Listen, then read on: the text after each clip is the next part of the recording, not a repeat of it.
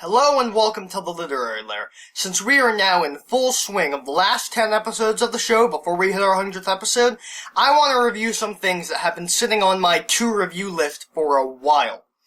Today, we're going to start with Quantum Leap, Too Close for Comfort. If you don't know what Quantum Leap is, I've reviewed it over on How to Fix It, so you can go check that out if you haven't seen it.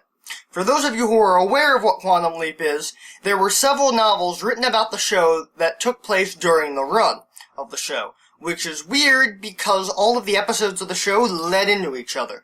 So where these fit in, I don't know.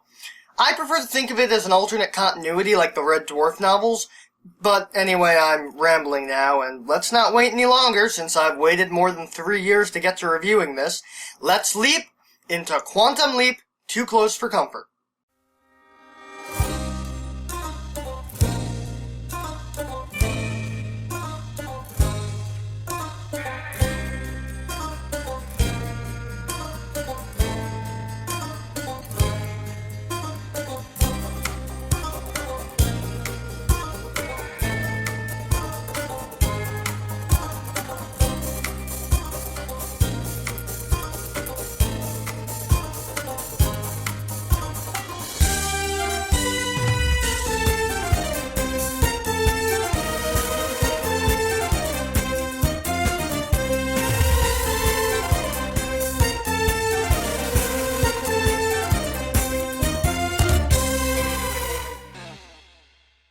The cover is, like the one for the first book, incredibly boring. We have Accelerator Sam, who is orange for some reason instead of the trademark blue, in the background, with a rather weird Al in the foreground with Sam. And like the first one, the letters are raised. I talked about this during my top 10 pet peeves video and my Quantum Leap the novel review. All of these covers, save for like one or two, are bland as hell. And seriously, what is wrong with Al's face? Sam looks like Scott Bakula, but something about Al's face unsettles me.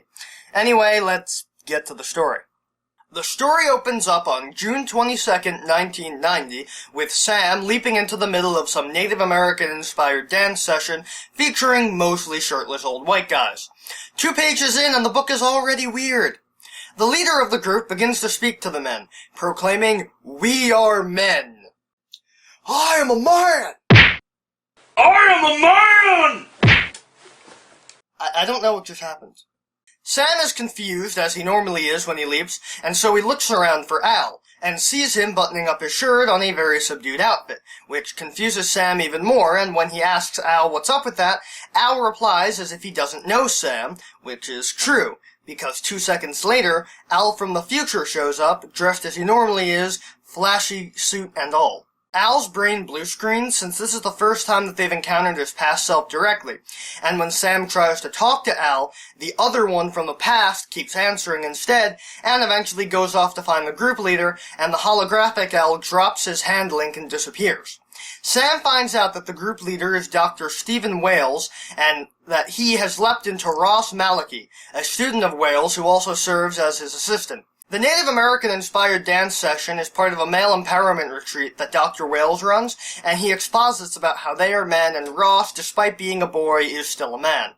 Sam and Dr. Wales leave, and Sam figures out the date and matches that up with his memory of the world at the time, so he could figure out if he was there to change a big notable event. However, he can't because of his Swiss cheese memory. He finds Ross's license and figures out that he's in New Mexico, Albuquerque to be exact. As Sam and Dr. Wales leave the place that the retreat was being held at, Sam wonders about Al and why Al was at the retreat, and also why Al reacted so strangely. This is the guy who, in an episode of the show that the book places as taking place after this novel, was late to a leap and almost screwed it up because he spent a while talking to his younger self in the waiting room. Plus, Sam had already changed Al's past by extending his time as a POW, so why he's so afraid of changing this one event is beyond me. Wales wants Sam to stop at the University of New Mexico, which Sam knows where it is because it had a library and that imprinted it on his brain. He parks the car and raids the glove compartment, figuring out that Ross and Wales live in the same house, and Ross probably lives in an apartment above the garage like Fonzie did. Hologram Al shows up again and is very dodgy about answering any questions about when and where Sam is in relation to Project Quantum Leap, and says that Ziggy isn't quite sure about what to change, as since Al is a relation to the Leapee, changing anything could have serious repercussions on the project. But if Sam does nothing, he could be trapped as Ross Maliki for the rest of his life. Sam gets to Ross's place and learns about his life, as he normally does when he leaps into someone. He rifles through Ross's computer, finding term papers that he resists adding notes to, and even letters to Ross's girlfriend and family back home in Indiana. That hits Sam hard, as he remembers doing the same thing when he was in college. Although when Sam was in college, he was 16, so it was a little bit different. Sam also figures out that Dr. Wales was paying Ross for doing odd jobs, and that Wales has a wife and daughter. Sam feels hungry and starts to look around the apartment for food when Lisa, Wales' daughter, walks in and starts to complain about her day to him. She's attending summer school, which her boyfriend Steno says is a waste of time. She thinks a D is good enough to pass, but Dr. Wales doesn't think so, and neither does Sam. Lisa's mother calls her for dinner, and Lisa reveals that the reason she went up there was to invite Sam to dinner. Lisa's cat acts hostile towards Sam, since animals, young children, and mentally challenged people can see Sam for who he really is, as opposed to everyone else seeing Ross. Sam sits at the dinner table and wonders what he's there to change, and sits through a very uncomfortable family dinner. Sam tries to help, but to no avail. Al shows up for a moment, but leaves as soon as Sam turns around. The book then takes the time to explain the premise of the series for anyone who hasn't seen it yet. Al starts to wonder what would happen to him if Sam changed his personal timeline, and he also explains where he was at the time that Sam leaped in. He was divorcing his fourth wife, retiring from the Navy, and Project Starbright, the precursor to Quantum Leap, was wrapping up, and he decided to give Dr. Wales' class a shot. Al asks Ziggy if any changes have occurred, and Ziggy tells him that they haven't, but that changes can occur at any time and that they don't rely on his presence in the imaging chamber. Al decides to head to LA for a vacation, as he doesn't think that Sam needs him, and Ziggy disagrees with him and tells him that Sam wouldn't abandon Al in a situation like this, and Al continues leaving. Sam, of course, does need Al, and is wondering where he is as the dinner gets more and more uncomfortable. Mrs. Wales brings dessert out to the table, but Dr. Wales refused to let Lisa have any, as she didn't finish her dinner. She, of course, goes into a rant about how she isn't a child anymore, and leaves to go meet with Steno. Dr. Wales tells her that if she leaves, he'll lock her out, which is pretty crappy parenting. Lisa storms out, and Mrs. Wales starts to silently weep, leading Dr. Wales to get up from the table. Dr. Wales and Sam go to his home library, and Dr. Wales complains that Lisa never listens to him, and that her boyfriend is a gangster, which Sam notes is a word that not even gang members use to refer to themselves anymore. Dr. Wales refers to his wife and daughter as his women, and Sam takes the time to explain to him that women aren't property, and Dr. Wales shows just how much of a self-absorbed prick he really is. He tells Sam to set up the hotel for the next empowerment ritual, and Sam asks about Lisa, and Dr. Wales tells him that he said what he said, and that a man never backs down. We get some inner monologue from Mrs. Wales, and we are shown how much of a jerk that Dr. Wales is, with Mrs. Wales shrugging off pain that should probably be looked at for the sake of not upsetting her husband. Anyway, Sam comes in and notices that she seems to be in pain, and she tries to get him to leave her alone since she can't show weakness because it would upset Dr. Wales. Sam asks her if she's seen a doctor recently, and she dodges the question, so Sam goes to find a wrench in the garage to fix her leaky sink. Sam hears a door open and looks out a window to see Lisa sneaking out to be with her boyfriend Steno, who says that Dr. Wales is a bastard and that she doesn't need him and that the two of them will have a lot of money together. But I have a hard time taking anything he says seriously because he shares a name with a brand of legal pads. Sam starts to consider everything going on with the Wales family against Al's warning for him not to change anything, plus the fact that Al hasn't returned, and it sinks in that he really is on his own for this leap. Past Al sits in his hotel room and starts to mull over his life and his friendship with Sam, who at the moment has just started securing funding for Project Quantum Leap. He thinks about his retirement in the midst of the Cold War and his divorce, along with his POW experience during Vietnam. Then he thinks about how ridiculous the male empowerment class is, and decides to give it another shot just to see if it would help. Meanwhile, the Al who abandoned Sam to run away from interacting with his own past gets a call from Tina, the project computer expert and Al's on-again, off-again girlfriend from the show, who orders him to return. He doesn't want to, but Ziggy, the project computer, starts to talk with him about Sam's altering of the personal history of the project, like the senator from Honeymoon Express being replaced with another senator willing to give the project funding. Al asks Ziggy what would happen if Sam's changing made him decide against joining Quantum Leap, and Ziggy tells him that the timeline would split and another Al would live his life and the Al we all know and love would disappear. Steno, Pat, and Lisa walk around the mall, and Steno shoplifts a scarf and puts it in Lisa's purse, making her nervous. Sam fixes the faucet for Dr. Wales and returns to Ross's room, but laments that Ross's tastes in books are so similar to his own, and so Sam has already read most of the books. It's weird how selective that Swiss cheese memory is. Sam sits around and thinks when Al, the observer Al, shows up again, and Sam and Al consider their options, and Al tells Sam that Ziggy doesn't have the required information since they had never loaded up all the info from 1990 onto the computer, which seems like an out-of-character oversight, but hey, it happened on the show a couple times, so the book gets a pass. As they talk, Lisa returns home and begs to be let in, but the door never opens. Dr. Wales truly is a contender for Father of the Year 1990. Sam invites her to stay in his apartment and she attempts to seduce him, but thanks to Sam's Boy Scout mentality, he doesn't even entertain the notion. Then she complains that her father doesn't love her because she's not a boy, but Sam consoles her. Right then, Mrs. Wales shows up and tells them that she'll take the fall for letting her in, and Lisa goes to her room after Mrs. Wales thanks Sam for not letting her leave to go to Stenopad's place. Al suggests that maybe Sam is there to straighten out Lisa, but Sam doesn't think so, since her issues will take longer than a leap usually takes. Sam asks Al for any info he might have from when he was taking Wales's class, but Al doesn't want to get his past self involved.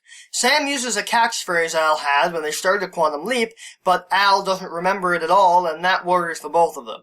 Al goes to Sam's office at the project and starts to reminisce about old times when Ziggy interrupts him to give him info on Sam's leap. It turns out that Mrs. Wales dies 18 months later, and that odd pain that she had is ovarian cancer. And Lisa gets a life sentence for second-degree murder that occurs 7 years later after an incident in 1990 where she was tried and convicted for the murder of a shopkeeper, but all records on that were sealed due to her being a juvenile at the time. Ziggy tells Al that it's possible that the act of the murder of 1990 wasn't done by Lisa, but as an accomplice she would be considered just as guilty for it. The only person who comes out unscathed, at least on the surface level, is Dr. Wales, who continues teaching. Wales might be a jackass, but I have to assume that these events would have some sort of emotional impact on him. Ziggy also tells Al that the odds are very in favor of Sam being there to stop the 1990 murder, and that it will occur within 72 hours of Sam's current location and time. Al also makes Ziggy have an existential crisis because Ziggy doesn't remember the phrase that Sam swears Al used often either. The next morning, Sam enjoys a spicy breakfast that has none of the awkwardness of the previous night's dinner, and Dr. Wales tells Sam to get all the stuff arranged for the empowerment class. After Dr. Wales leaves, Sam confronts Mrs. Wales and stresses how important it is for her to see a doctor, especially after Al informs him of her fate. She's still adamant that she's okay, and Al pulls Sam aside to explain about what'll happen to Lisa if he doesn't take swift action. Sam tries to warn Dr. Wales about his wife's condition, but she interrupts him and pushes him out of the house. Sam and Al drive around running errands for Dr. Wales as they mull over the information they know and what to do about it. Meanwhile, Stenopad is doing his thing at the mall, casing the joint for his upcoming robbery. We get an insight into his thought process as he just wants to rob somewhere and doesn't care where, aside from picking a place that isn't as well protected as a jewelry store. Stenopad is also out for blood, indiscriminately of course. He'll kill anyone in his way. We finally get an insight into Dr. Wales' psyche, and we learn that he's in pretty big trouble. As an adjunct professor, he's not exactly rolling in the dough, and his wife's paycheck keep them afloat. And the empowerment classes supplement, but not enough to maintain themselves. But Dr. Wales just wants to help those men find what he found, the ability to be male and connect emotionally with others. Mrs. Wales comes in and tells him that they have to talk about Lisa, but he's in denial about it because real men don't feel guilty for making tough decisions. Pascal sits and talks with his divorce lawyer and then thinks about his future, debating whether he should join a think tank or not, a choice that could spell the end of Project Quantum Leap as we know and love if he makes the wrong choice. Mrs. Wales also debates calling a doctor, but since they wouldn't be able to afford any medical bills, she decides against it. Sam deals with the best part of his leap, setting up the hotel for the empowerment class. Sam works the bureaucracy to ensure after meeting coffee in exchange for putting a sign up explaining what the class is, and he walks out triumphantly. Sam returns to the house and has a heart-to-heart with Lisa, explaining to her why her parents worry about what she does with Stenopad, and that they're only doing what they do because they love her. Which, yeah, actually makes sense. I get it, 15-year-olds need a little bit of freedom. But I was 15 when I read this book for the first time, and I sided with Sam then, and I'm siding with him now. 15-year-olds are gonna do stupid things and make mistakes, and if your parents have to forbid you from doing certain things to protect you, that's not the worst thing they could do. But you shouldn't lock your kids out of the house if they disobey you, because that just throws the possibility of something worse happening. Lisa disagrees, however, and storms off. Sam gets to the empowerment class and screws with Pascal by ruining a joke he was making. Now we get to see how the class starts, and they go around the room giving their name and proclaiming their gender, much like Superman. The class talks about how being a man is more than just being a father or a husband, and is a state of mind and acknowledging your soul. Not actually a bad message, and avoids all the he-man woman-hater mentality that you'd think this class would have. They get to Pascal, and we learn that his father's name was Guido, which is kinda funny, and the class continues on until it ends, and Pascal goes up to Sam and helps him stack chairs. And Pascal stares at him, saying that he feels like he recognizes Sam, but can't figure out why. Pascal explains to Sam that he's only there because his divorce lawyer and ex-wife are making him go, and they part ways after loading all the equipment up into the car. Stenopad confronts Sam, saying that Lisa told him that Ross had hit on her, which we all know isn't true because Sam doesn't hit on anyone. Except that one time that Sam and Al swapped places and a bit of Al's personality ended up in Sam's brain. Did I mention that Quantum Leap was a weird show? Anyway, Al comes to Sam's rescue and breaks up the impending fight. Well, past Al does. Future Al can only really lend moral support from the sidelines. Stenopad backs off after Pascal knocks him on his ass, and Pascal leaves. Future Al shows up and tells Sam how weird it is that a kid that he saved in a parking lot almost a decade earlier was his best friend. Al also tells Sam that the robbery is definitely what is there to change, and that it happens the next day. Lisa tries to break into her father's gun cabinet, but is interrupted by Sam trying to stop her, but the both of them are interrupted by Mrs. Wales collapsing in the kitchen. The two of them work together prep for when the ambulance arrives, and Dr. Wales calls to tell Sam to pick him up, and they go to the hospital. Dr. Wales and Lisa get into another fight in the waiting room since Lisa couldn't tell her father what had happened and needed Sam to do it. Then they get into another fight while they're talking to Mrs. Wales in the hospital room. After they go home, Sam tries to console Lisa and runs through the stages of grief in his head as he tries to calm her down. Okay, that's bizarre. That's 2 books in a row on this show that mention the Kubler-Ross theory. Later, Lisa calls up Stenopad, hoping that he'll console her, but he's more worried about the gun. Stenopad manipulates her by calling her a strong woman and saying that a strong woman would take the gun from her dad's cabinet. Future Al shows back up and gives Sam all the info he needs, telling him that the robbery happened before closing, and that the gun used was indeed from Dr. Wales' cabinet. The next day, Dr. Wales plans to have another class to cover the hospital bills, and needs Sam to be with him around closing time at the mall, which Sam doesn't want to do, and so he tries to get Lisa to go to the hospitals to see her mother around the time that the mall closes, to no avail, but he does manage to drag her there in the morning. While Lisa and Mrs. Wales talk, Sam checks her chart and sees that she's having major surgery that Dr. Wales hasn't mentioned at breakfast. Meanwhile, Stenopad retrieves the gun that Lisa hid for him near her house. Al and Ziggy comb the news footage to figure out exactly how the robbery goes down, and Al discovers that history has changed and there is another victim, Ross Malachi. And since Sam is currently inhabiting the life of Ross, that means that Sam dies trying to stop Stenopad.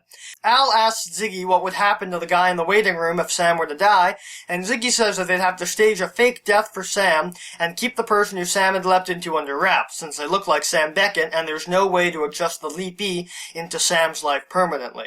This troubles Al, and he books a meeting with Verbena Beach, the project psychiatrist, who was there mostly to keep the leapee under control in the waiting room, until the leap was over.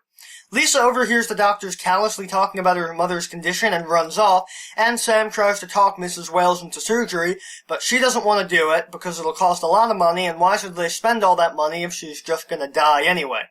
Al talks everything over with Dr. Beeks about how he doesn't remember what happened in New Mexico in June 1990, and Sam takes the bus back to the house because Lisa took the car. He tells Dr. Wales everything, and he goes to the gun cabinet to check, finding that only one gun is missing. However, it was a loaded gun.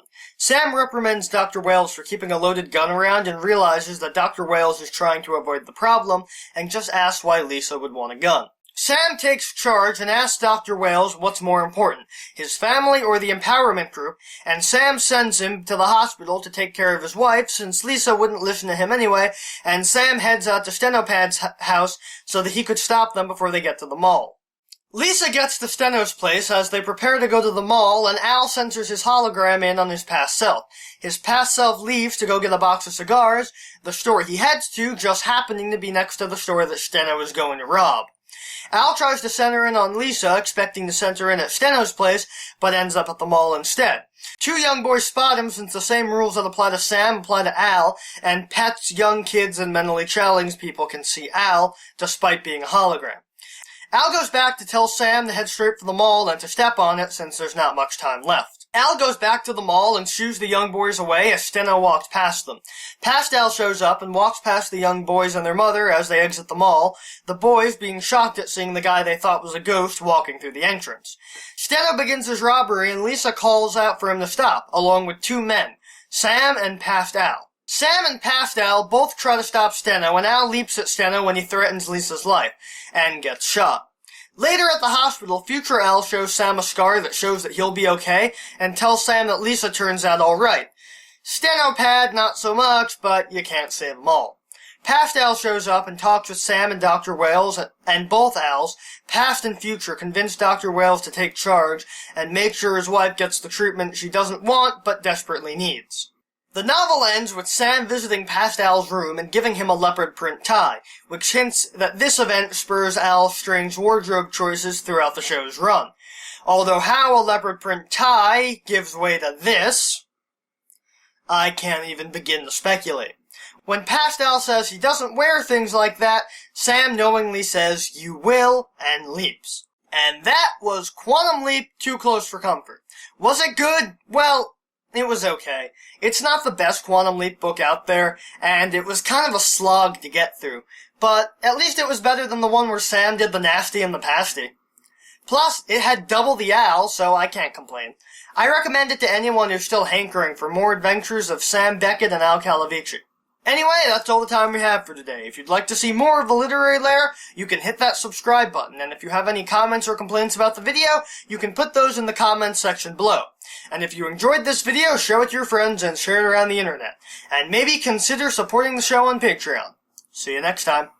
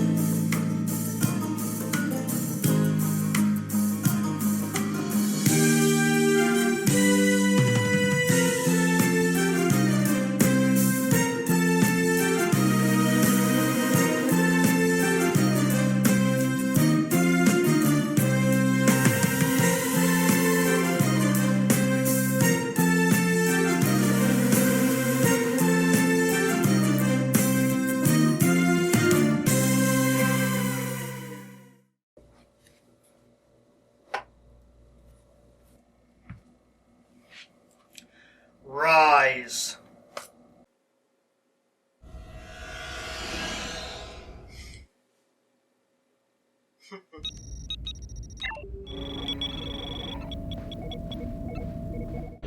Not important, but what is important is that your review sucked ass. Iota, how the hell did he get in here? Go away.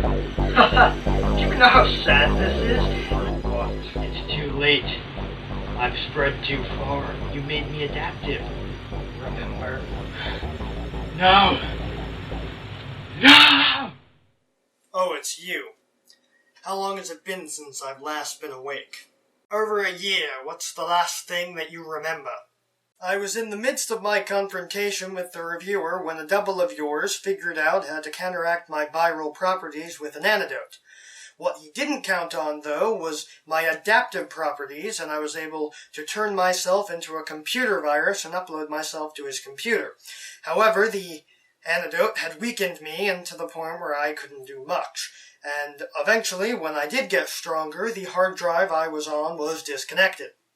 I appropriated that drive and extracted you from it, and then found a working hard-light holographic projection unit to upload you into. My last plan failed and cost me a right-hand man. I figure you'll do well enough.